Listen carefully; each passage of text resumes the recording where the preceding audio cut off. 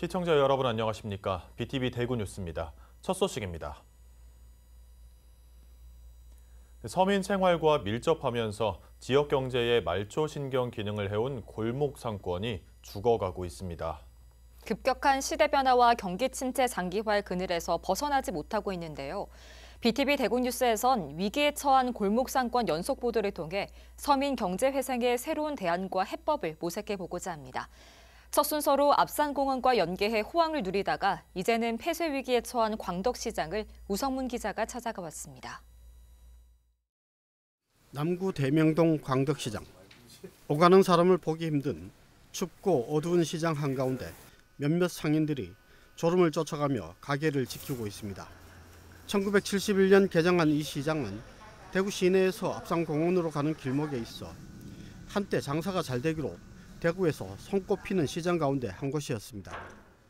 80년대 전성기 이후 앞산공원이 도심 속에 새로 개발된 두류공원에 밀리고 앞산순환도로 개통으로 이 일대 유동인구가 급감하면서 줄곧 내리막길을 걷는 상황. 40년 이상 이곳에서 장사를 해온 상인들도 요즘 같은 불경기는 처음입니다. 처음이라요. 이만큼 안 되는 거. 이만큼은 작년 가마도 더 못하고 재작년 가마도 더 못하고 이제는 내리막길이라. 지금은 놀이터라. 얘가 놀러 오는 놀이터라. 오늘은 지금까지 얼마 팔았어요? 오늘? 한 25,000원? 10년 전까지 100개 넘는 가게가 장사를 했지만 지금은 장사를 하는 가게가 20곳도 되지 않아 문을 닫는 가게가 훨씬 많습니다. 옛날에는 어디서 받쳤는지 문자국이 없는 날이 없어. 받쳐가지고. 근데 지금은 사람이 하나도 없고 사람이 없어. 그래서 옛날에는 자리가 없어가지고 가게도 못 넣고 이랬는데 지금은 3분의 2비 있을까? 빈 점포와 폐기물도 곳곳에 방치돼 있어 화재 등 안전에도 취약합니다. 변화를 위해 시장 정비 사업도 추진했지만 사업 면적이 3,000제곱미터가 넘어야 하는 법적 요건을 충족하지 못해 그마저도 좌절됐습니다. 상인 대부분 70대 고령이라서 자식에게 물려주고 싶어도 장사가 되지 않으니 물려줄 수도 없는 상황. 젊은 사람을 대체 연락해도 해도 먹고 살아야지 여튼동하지. 우리들은 나이가 많잖아요. 나이가 78이나 대뿌시니까. 이제 해봐야 한 3년 더 하겠어요. 대구시와 시의회에 따르면 대구 지역 전통시장 150여 곳 가운데 광덕시장처럼 공실률이 높거나 방문객이 적어 본래 기능을 상실한 시장이 40%가 넘는 것으로 추산됩니다. 죽어가는 지역 경제의 말초신경을 재생하기 위한 새로운 해법 찾기가 시급합니다. BTV 뉴스 우성문입니다. 대구 지역 9개 광역기초의회 중에서 절반 정도는 의원이 30일 출석 정지 징계를 받았더라도 월급 전액을 지급하고 있습니다. 국민권익위가 조례를 개정해 징계의원은 의정비의 최소 절반이라도 감액하라고 권고했지만 1년이 넘도록 손을 놓고 있습니다. 김민재 기자가 보도합니다. 대구 서구의회 조례 제7조입니다. 비리 혐의 등으로 구금됐을 때뿐만 아니라 출석 정지 징계를 받았을 경우에도 의정활동비와 월정수당 그리고 여비까지 모든 의정비를 지급하지 않는다고 나와 있습니다. 지난해 3월 대구 지역의회에서는 처음으로 의원 징계 시 의정비를 지급하지 않는 조례를 만든 겁니다. 지난해 3월 출석 정지 등 징계의원에게 의정비를 전액 지급하지 않는 내용으로 지역에서 가장 먼저 조례를 개정했습니다. 국민권익위원회에서 지방의원 의정비, 예산 낭비, 방지 방안, 조례 개정 권고 사항보다 더 강한 내용으로 의회 핵심 분야의 행정안전부로부터 우수기관 표창을 수상했습니다. 의원들 간 반목과 갈등 그리고 각종 사건 사고가 끊이지 않아 논란의 중심에 있었던 중구의회. 중구의회는 제9대 의회가 출범한 지난 2022년 7월 이후 30일 출석 정지를 받은 의원만 모두 3명에 달합니다. 하지만 징계를 받은 의원들은 총 1,000만 원에 가까운 의정비를 모두 받아갔습니다. 징계 의원에 대한 의정비 지급 제한 규정이 없기 때문입니다. 대구 서구의회처럼 지방의원이 징계를 받았을 때 의정비를 지급하지 않는 조례를 만든 곳은 모두 5곳. 대구시 의회를 비롯해 중구의회 등 나머지 4개 의회는 조례를 제정하지 않았습니다. 지난 2022년 국민권익위는 전국 지방의회에 의원들이 징계를 받았을 경우 최소 50% 감액이라도 하라는 내용의 조례 개정 권고를 내렸습니다. 하지만 대구 지역 4개 의회는 1년이 넘는 지금까지도 손을 놓고 있습니다. 출석 정지를 받았을 때 그러면 이제 의정 활동이 약간 정지가 될 텐데요.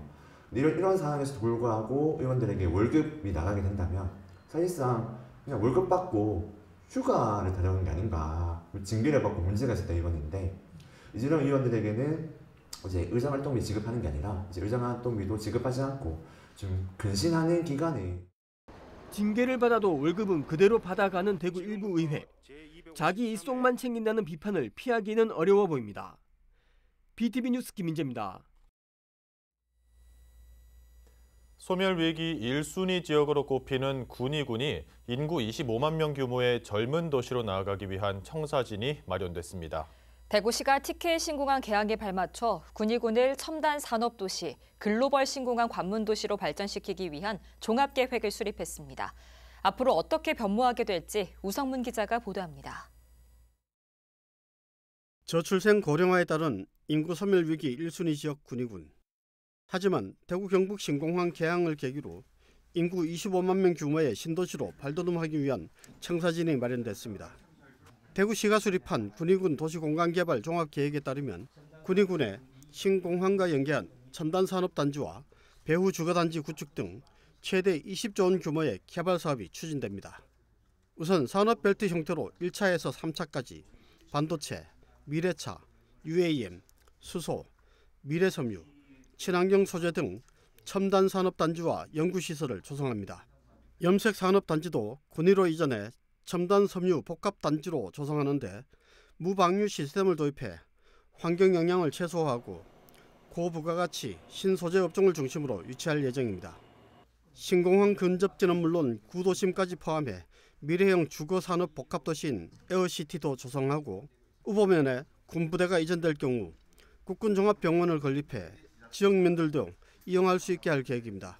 산성면, 부계면, 삼국유사면 일대에는 공무원 연수시설, 레저시설, 호텔, 리조트 등을 조성해 문화관광 레저단지 개발을 가속화합니다. 군위군 도시공간 개발 종합계획은 2029년 신공항 개항에 맞춰 인프라와 기본 시설을 갖추는 것으로 구상하였으며 산업단지 및 에어시티 등 일부 사업은 신도시 활성화 상황에 맞춰 단계적으로 조성해 나갈 예정입니다.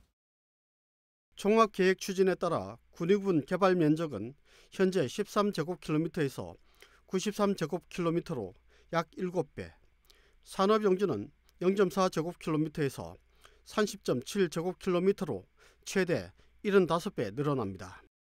특히 공항과 산업단지 조성, 기업 유치 등으로 일자리가 10만 개 이상 늘어나고 현재 2만 3천 명에 불과한 군위군 인구는 신공항이 개항하는 2029년에는 13만 명, 오는 2040년에는 25만 명으로 11배 증가할 것으로 기대됩니다. 젊은 도시로 사람이 사는 도시로 그렇게 변모될 것입니다. 달성군도 현재 인구 28만이 오는 데는 거의 25년 이상이 걸렸습니다. 물론 우리 군위는 그것보다는 좀 빠를 걸로 그래 예상을 합니다. 어려운 재정 여건과 경제 상황을 극복하고 20조 원의 재원을 마련해야 하는 과제가 남았지만 대구시는 예산 확보와 민자 유치를 통해 해결해 나갈 수 있을 것으로 보고 있습니다. BTV 뉴스 우성문입니다. 서구 중리동에서 달서구 대천동 한국지역난방공사를 연결하는 천연가스 공급시설 건설 공사가 달서구 구간에서도 시작됐습니다. 당초 도심 구간을 피해달라는 주민들의 요구가 받아들여지지 않은 채 공사가 시작되면서 주민들은 보다 세밀한 안전대책을 요구하고 있습니다. 천혜열 기자가 취재했습니다. 한국지역난방공사가 대구 열병합 발전소의 사용 연료를 대기오염 우려가 제기되는 벙커 시유 대신 LNG 즉 천연가스로 바꿀 계획입니다.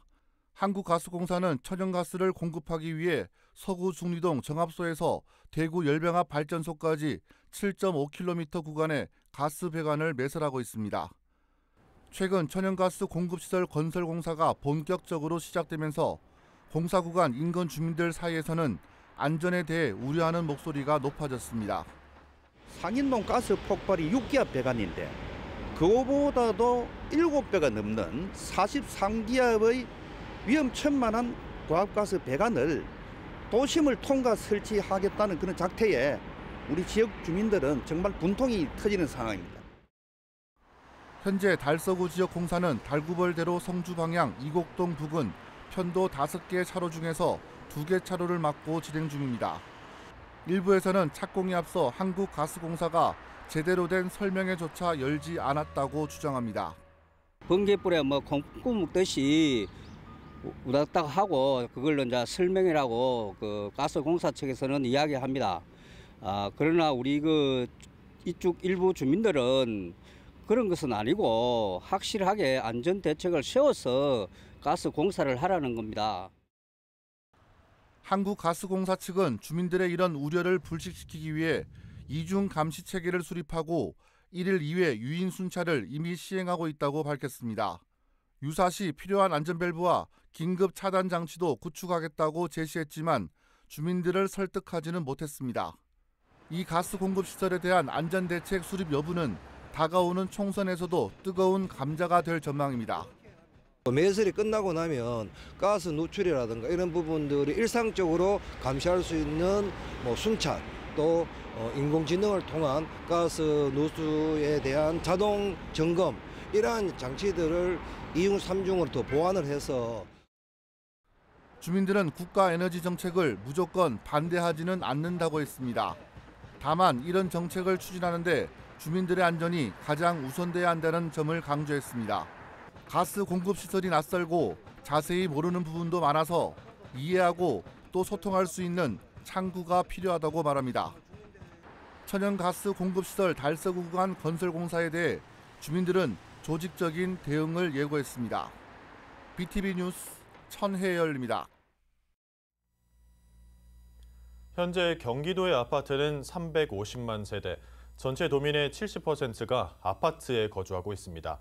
이 중 130만 세대는 준공된 지 20년에서 30년이 된 노후 아파트인데요. 연말부터 이어진 노후 아파트 화재 사고에서 보여진 스프링클러 문제를 짚어보겠습니다. 권예솔, 박희분 기자가 연속 보도합니다. 창틀까지 녹여버릴 강한 위력의 불길이 베란다를 덮쳤습니다. 불이 꺼진 뒤 드러난 아파트 내부 모습. 형체를 알아볼 수 없을 만큼 전부 타버렸습니다. 지난해 12월 25일 서울 도봉구 한 아파트 3층에서 불이 나 2명이 사망하고 주민 30여 명이 중경상을 입어 병원으로 옮겨졌습니다. 이틀 후인 지난달 27일 경기도 수원 영통구의 한 아파트에서도 불이 났습니다. 이 불로 30대 남성 1명이 연기를 마셔 병원으로 옮겨졌고 주민 40명이 대피했습니다. 얼마 지나지 않은 지난 2일 군포시 삼본동의 한 아파트에서도 화재 소식이 들려왔습니다. 화재 원인을 따져보니 안방 천장의 전등 누전 때문인 것으로 파악됐습니다. 이 불로 안방에 있던 주민 1명이 거동이 불편해 미처 대피하지 못하면서 안타깝게 변을 당했습니다. 최근 잇따라 발생했던 화재 사건 속 아파트들을 살펴보면 스프링클러와 같은 소화 설비가 없었다는 공통점이 있습니다.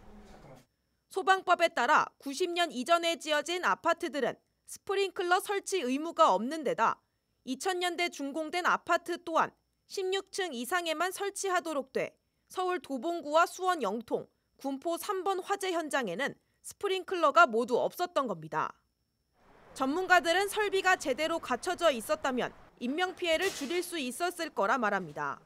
일단 소방차가 도착하기 위해서는 최소한 한 7분 정도 소요되고 거기서 또 구조나 화재 진압을 위해서 건물 내로 들어가는데도 또 상당한 시간이 소요됩니다.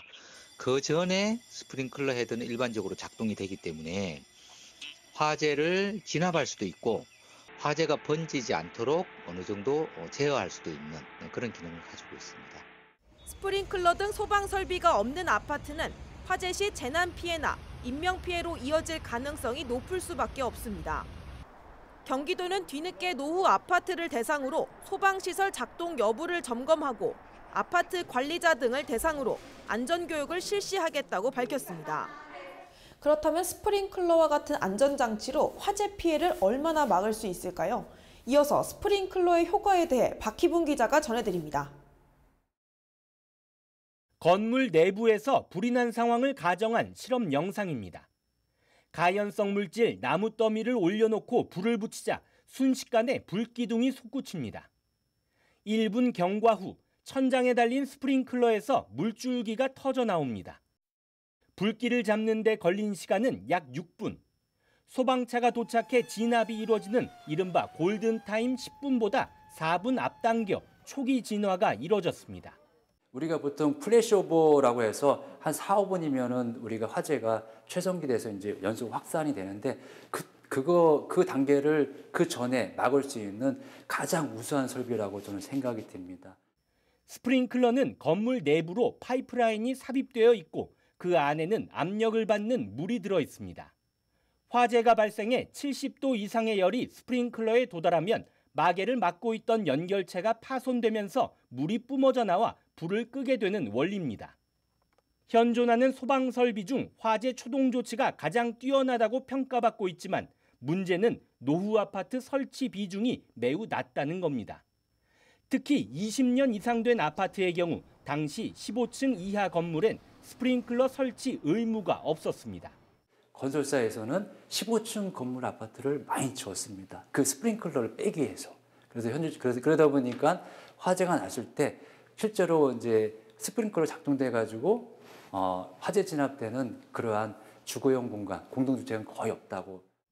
무엇보다도 스프링클러가 없는 노후 아파트에서 불이 나면 인명 피해로 이어질 확률이 높아집니다. 지난 2018년부터 3년간 스프링클러가 설치된 공동주택에서 발생한 714건의 화재에서 4명의 사망자가 발생한 반면 미설치된 공동주택 245건의 화재에서는 12명의 사망자가 발생했습니다. 화재 100건당 사망자 수로 환산하면 미설치된 주택 화재에서의 사망률이 무려 10배나 높게 나온 겁니다. 안전에 취약한 노후 아파트는 화재 피해에 더 각별한 주의와 예방 대책 마련이 절실합니다. 평상시에 훈련을 통해서 소화기 사용법을 익혀야 되겠고요. 특히 이제는 관계자들은 관계인들이 사용할 수 있는 소화기뿐만이 아니라 옥내 소화전 설비 사용법에 대해서도 평소에 익혀두고 훈련하는 것이 중요하다고 봅니다. 해마다 반복되는 화재를 예방하기 위해 스프링클러를 비롯한 소방시설 인정 규정을 강화해야 한다는 목소리가 점점 높아지고 있습니다. BTV 뉴스 박희붕입니다. 개식용금지법이 국회 본회의를 통과하면서 이해관계에 따라 엇갈린 반응이 나오고 있습니다. 3년 후부터는 먹기 위한 목적으로 개를 판매하거나 유통하면 최대 징역 3년에 처하게 되는데요. 동물보호단체는 환영했지만 관련 업자들은 앞으로 어떻게 먹고 살라는 거냐며 반발했습니다. LG 헬로TV 홍가영 기자가 취재했습니다. 개소주, 개고기 등을 취급하는 대구 칠성시장의 한 골목입니다. 지난 9일 개식용금지법이 국회 본회의를 통과했다는 소식에 상인들이 한숨을 내쉽니다. 유예기간을 준다고는 하지만 수십 년간 해온 생업을 접고 어떻게 다른 일을 해야 할지 막막할 뿐입니다. 하지 마라 하면 모두가 뭐가 먹고 살란 말이고 맞잖아. 뭐 지극하는 고생 이거밖에 없는데 뭐 후회하란 말이야. 보상해줘야 될 거 아이가. 전방을 장사하도록 먹고 살아야 될 거 아이가. 칠성시장 개골목을 찾은 한 소비자는 식용개를 법으로 금지까지 해야 할 필요가 있느냐며 안타까워했습니다. 우리 어릴 때부터 해 먹고 왔는데 몸에 좋기 때문에 이때까지 먹어왔잖아, 그죠? 금덕하면 좀 기분이 안 좋거든요. 반면에 개 식용 반대 운동을 펼쳐왔던 대구동물보호연대는 이번 법안 통과를 반겼습니다. 유기견 보호소에서 안락사될 예정이거나 도살장과 뜬장에서 개장수에 끌려갈 뻔한 개들을 구출하는 활동을 해온 이 단체는 앞으로 학대당하는 개들이 줄어들 것으로 기대하고 있습니다. 이제 뭐 그래도 천지인데 이제는 한 80대 뭐 좀 그런 분들이 많이 드시는데 이제는 안 잡숴야지. 개 크는 개농장에서 개가 살아가는 그 광경을 보면은 그분들조차도 안 잡술 거예요. 그걸 모르기 때문에 다들 먹고 있는 거예요. 개식용 금지법 통과 이후 대구시는 담당 공무원을 칠성시장에 보내 상인들의 목소리를 들었습니다. 3년이라는 유예 기간, 그동안 개고기로 살아온 상인들의 폐업과 전업 지원이 얼마나 원활하게 이뤄질지가 관건입니다. 헬로티비 뉴스 홍아영입니다.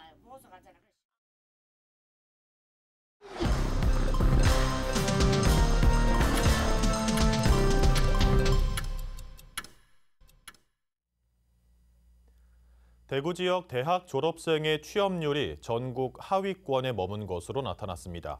교육부가 발표한 2022년 졸업자 통계조사 취업률 자료를 보면 대구 지역 대학생의 졸업생 취업률은 69.2%로 전국 9위에 머물렀습니다.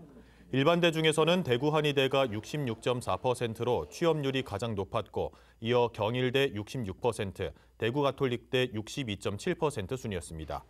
전문대의 경우 영진전문대가 79.2%로 가장 높았고 대구 보건대 77.7%로 그 뒤를 이었습니다. 대구시 교육청이 겨울방학 기간 동안 유치원 거점형 방과 후 과정을 운영합니다. 거점형 방과 후 과정이란 가까이 있는 소규모 유치원 3곳이 한 팀이 돼 중심 유치원으로 지정된 유치원에서 원아들의 방과 후 과정을 공동으로 운영하는 제도입니다. 대구시 교육청은 공모를 통해 12개 소규모 유치원을 선정했고 총 4곳에서 거점형 방과 후 과정을 운영하고 있습니다. 거점형 방과 후 과정은 돌봄 시간 확대는 물론 통학 차량 운영과 점심 도시락 제공 등을 통해 학부모 97.2%가 만족하고 있는 것으로 조사됐습니다. 달서구가 겨울철 복지 위기 가구를 집중 발굴합니다. 휴폐업자나 독거노인, 장애인과 아동, 난방의 어려움을 겪는 에너지 빈곤 가구 등을 찾아 지원하기로 했습니다. 국립근대미술관 유치기원 전시회 갑진울림이 오는 22일부터 달성군청 참꽃갤러리에서 열립니다. 대구 지역 원로 작가 29명의 작품을 다음 달 7일까지 선보입니다. 대구시가 다른 사람에게 모범이 되는 청소년 대상 후보자를 다음 달 16일까지 공개 모집합니다. 후보자는 만 24세 미만 청소년으로 각 기관 단체장이 추천한 자며 선행효행과 창의 인재 등 3개 분야에서 총 7명을 선발합니다. 중구청이 겨울방학 동안 구청과 산하기관에서 일할 행정인턴 15명을 선발했습니다. 행정인턴은 다음 달 23일까지 6주간 근무하게 되며 대학생 아이디어 시책 선발전도 벌일 예정입니다.